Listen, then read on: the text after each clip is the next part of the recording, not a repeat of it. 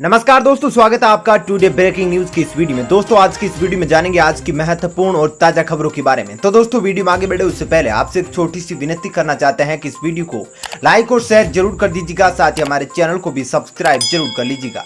वहीं पर दोस्तों वीडियो में आगे बढ़े उससे पहले आपके जनरल नॉलेज में वर्दी के लिए आपसे एक प्रश्न पूछना चाहते हैं। आज आपको कमेंट करके बताना है कि भारत का सबसे बड़ा राज्य, जो क्षेत्रफल की दृष्टि से सबसे बड़ा राज्य है, उसका क्या नाम है। आप कमेंट करके हमें जरूर बताइएगा। तो चलिए दोस्तों बिना देरी के फटाफट से शुरू करते हैं आज की सभी बड़ी खबरों को।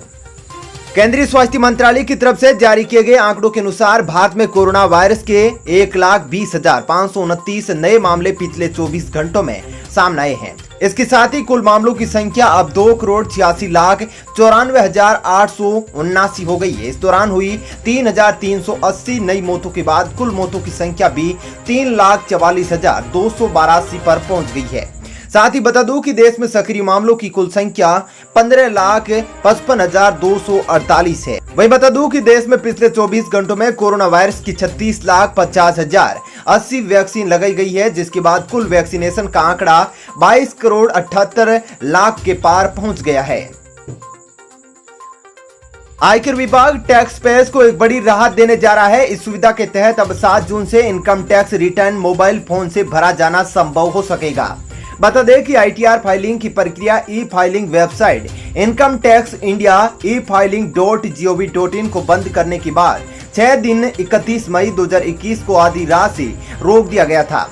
फाइलिंग की प्रक्रिया अब 7 जून से दोबारा शुरू होगी। इसके पहले 6 जून को नई ई फाइलिंग वेबसाइट लॉन्च की जाएगी। मुख्यमंत्री घर घर राशन योजना, दिल्ली की अरविंद केजरीवाल सरकार को केंद्र की ओर से बड़ा झटका लगा है। केंद्र सरकार ने केजरीवाल सरकार की महत्वाकांक्षी घर घर राशन योजना पर रोक लगा दी है। यह योजना एक हफ्ते बाद लागू होनी थी। केजरीवाल सरकार की ओर से लागू किए जाने वाले इस स्कीम के तहत दिल्ली में राशन को हर घर तक पहुंचाने की योजना थी। बता दें कि राशन योजना के नाम को लेकर भी केंद्र सरकार और दिल्ली सरकार के बीच तनातनी हो चुकी है। डेनमार्क की संसद ने एक कृत्रिम द्वीप तैयार करने की परियोजना को मंजूरी दे दी है, जिसे स्थानीय भाषा में लिलेंट होम नाम दिया गया है। इसे बनाए जाने के पीछे का उद्देश्य 35,000 लोगों को रहने के लिए घर प्रदान करना है और कोपेनहेगन बंदरगाह को समुद्र के बढ़ते जल स्तर से बचाना है। वहीं बता दूं कि इसके पूरी तरह से बनने में काफी समय लग जाएगा। इसके साल 2070 में इस्तेमाल के लिए तैयार होने की उम्मीद बताई जा रही है। केंद्र सरकार के नए IT नियम न मानने को लेकर सोशल मीडिया दिग्गज ट्विटर से तल्खी खत्म होने की बजाय लगातार बढ़ती जा रही है।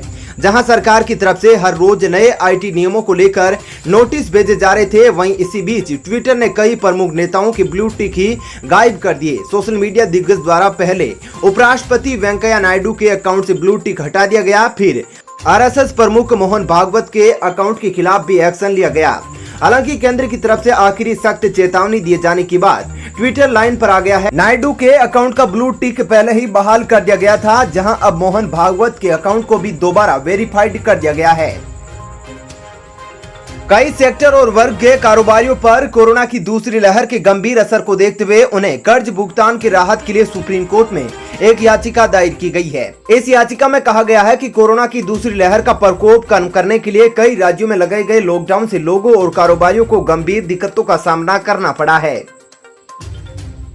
SBI, HDFC bank, ICICI bank और bank of Baroda senior citizens को स्पेशल FD का ऑफर दे रहे हैं, जो 30 जून 2021 को बंद होने जा रही है।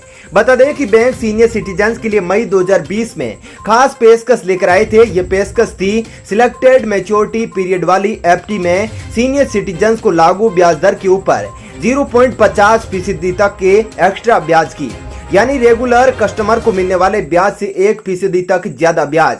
इस पेशकश की डेडलाइन 31 मार्च थी, जिसे बढ़ाकर 30 जून 2021 कर दिया गया था। यानी अभी सीनियर सिटीजन्स के पास इसको लेने के लिए सिर्फ 1 महीना ही बचा है। महामारी से जूझ रही दुनिया में कोरोना संक्रमण से बचाव व इसके इलाज को लेकर रिसर्च जारी है। इसी क्रम में रिसर्चरों की एक टीम ने ग्रीन टी में मौजूद एक तत्व का जिक्र किया है और उसे कोविड-19 से लड़ने में सफल बताया है। इस रिसर्च में शामिल भारतीय मूल के सुरेश मोहन कुमार ने ऊटी के JSS कॉलेज ऑफ फार्मेसी भी कर रहे हैं। देश में अगले 24 घंटों में केरल, तमिलनाडु और कर्नाटक में गरज चमक और तेज हवाओं के साथ भारी बारिश होने का अनुमान व्यक्त किया गया है। इसी बीच तेज दक्षिणी पश्चिमी हवाओं के कारण पूर्वोत्तर भारत में भी आने वाले दिनों व अगले सप्ताह में अलग अलग स्थानों में गरज के साथ हल्की बारिश हो सकती है। वहीं पर उत्तर के मौसम की बात करें तो सोमवार तक जम्मू कश्मीर, लद्दाख, हिमाचल प्रदेश और उत्तराखंड में छिटपुट वर्षा और बर्फबारी होने की संभावना जताई गई है।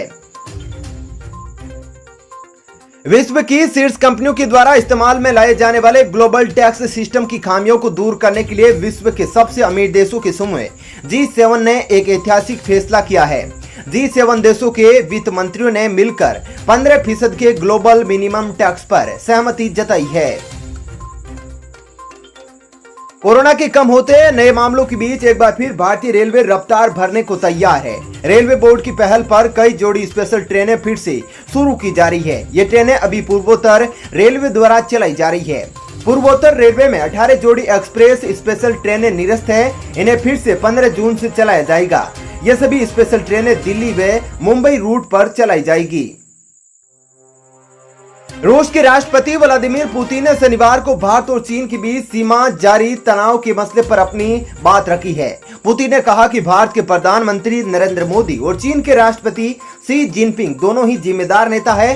दोनों ही नेता भारत और चीन के बीच मुद्दों का समाधान करने में सक्षम है। पुतिन ने 2 कहा कि किसी भी ताकत को इस प्रक्रिया में दखल अंदाजी नहीं करनी चाहिए। आतंकी फंडिंग मामले में पाकिस्तान की मुश्किलें खत्म होने का नाम नहीं ले रही है। इस्लामाबाद के कदमों से नाखुश financial action task force FATF की क्षेत्रीय संस्था एशिया पैसिफिक ग्रुप ने पाकिस्तान को निगरानी सूची में बरकरार रखा है। आतंकवाद को बढ़ावा देने को लेकर पाकिस्तान को वैश्विक संस्था FATF की ग्रे लिस्ट में रखा गया है। सलमान खान से पंगा लेने वाले कमाल खान यानी कि KRK ने देश छोड़ने की धमकी दी है। KRK का कहना है कि बॉलीवुड के कुछ लोग उन्हें तंग कर रहे हैं, जिसके चलते वो M हुसैन की तरह हमेशा के लिए यहां से चले जाएंगे। उन्होंने अपने विरोधियों को वार्निंग दी कि अगर ज्यादा परेशान किया तो उनकी वीडियो लीक कर देंगे जो उनके पास है। मध्य प्रदेश सरकार ने ब्लैक फंगस के इलाज में इस्तेमाल होने वाली दवाई के उत्पादन के लिए राज्य में लाइसेंस जारी कर दिया है। प्रदेश सरकार ने जबलपुर की एक कंपनी के लिए एम्फोटेरिसिन B के उत्पादन के लिए यह लाइसेंस जारी किया है। Institute of chartered accountants of India यानी कि CA की ओर से प्रस्तावित CA जून परीक्षाओं को स्थगित करने के लिए अभ्यर्थियों ने अपील की है। अभ्यर्थियों ने ICAI से अपील की है कि 21 जून से शुरू होने वाली CA जून परीक्षा को फिलहाल की परिस्थितियों को देखते हुए टालने का आग्रह किया है। चलिए दोस्तों, फिलहाल इस वीडियो में इतना ही। ऐसी ही खबरें देखते रहने के लिए आप हमारे चैनल को सब्सक्राइब कर लीजिएगा। साथ ही इस वीडियो को लाइक और शेयर भी जरूर कीजिएगा। धन्यवाद।